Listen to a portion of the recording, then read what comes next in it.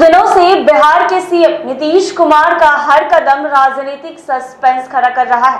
कभी उनकी चुप्पी से सस्पेंस पैदा होती है तो कभी उनके बयान से।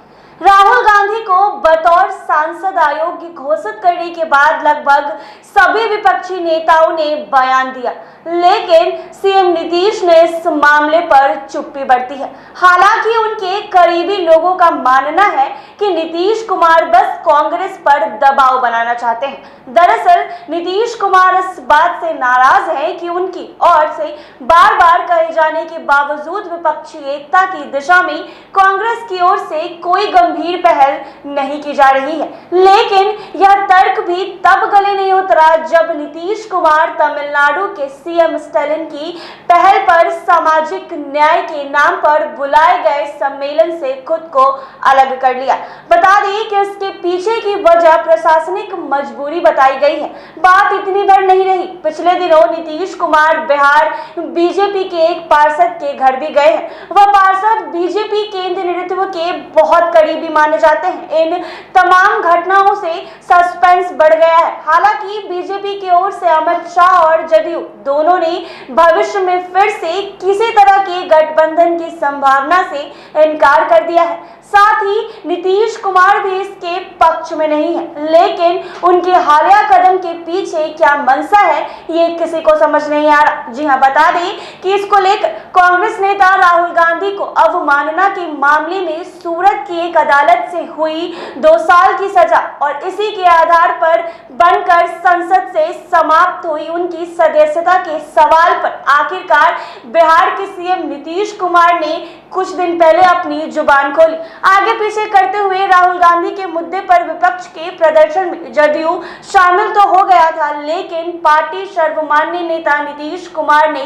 किसी भी तरह की टिप्पणी देने में चुप्पी साध ली थी। राहुल गांधी की संसद सदस्यता खत्म होने के सवाल पर सीएम नीतीश ने कहा कि अदालती फैसलों पर हम कभी नहीं बोलते हैं। किसी पर मुकदमा भी होता है तो हम उस पर कमेंट्स नहीं करते हैं। कई लोग तो हमारे ऊपर भी कमेंट करते हैं तो हम चुप ही रहते हैं। जी हां, कोर्ट के फैसले पर किसी को भी ऊपरी अदालत में जाने का कोई हक नहीं है। हमारा स्टैंड क्लियर है। पिछले 17 वर्षों से बिहार में हम सरकार में हैं। कोर्ट के मामले ही नहीं बल्कि जांच में भी हम हस्तक्षेप नहीं करते हैं। इन सब चीजों पर प्रतिक्रिया देने से हम बचते हैं। कोई कमेंट आप देख लीजिए कभी भी मेरा तो ये जरूर सही है। और कभी किसी का मुकदमा होता है, झगड़ा होता है, कोई केस करता है तो उसमें भी हम इंटरफेरेंस नहीं करते। हम इतने दिन से 17 साल से सरकार चला रहे हैं तो आप बोलते हैं कि जब किसी की जांच होती है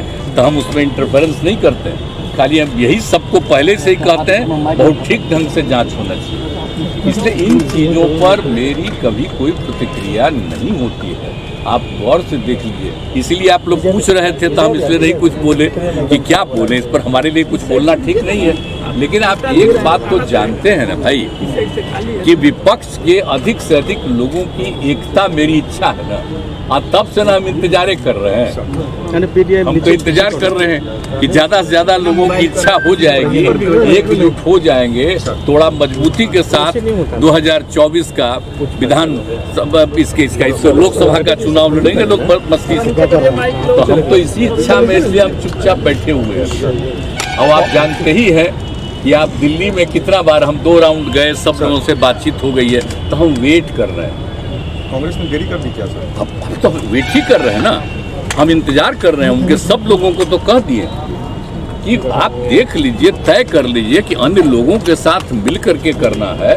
तो हम लोग वेट कर रहे हैं, जिस दिन होगा उसी के लिए वेट कर रहे हैं। अनेक जो क्षेत्रीय पार्टियां हैं उसमें तो बहुत लोगों की राय है आपस में इसका। हम वेट कर रहे हैं कि अगर उनकी भी इच्छा हो जाए और ज़्यादा से ज़्यादा लोग मिल जाएंगे तो और अच्छा होगा। तो हम इसीलिए इंतजार में हैं। तो आप आजकल कुछ बोलते नहीं हैं, देखते हैं, तो हम तो ही करते। हम लोगों का 2 बार मीटिंग था, रिलेटेड था अलग अलग पार्टियों का, सब पार्टियों का मिलकर, तो उस दिन भी हम कह दिए थे।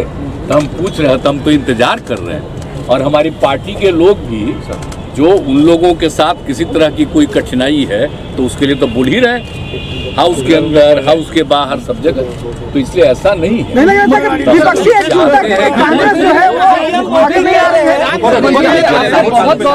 इसके बारे में सोचना चाहिए।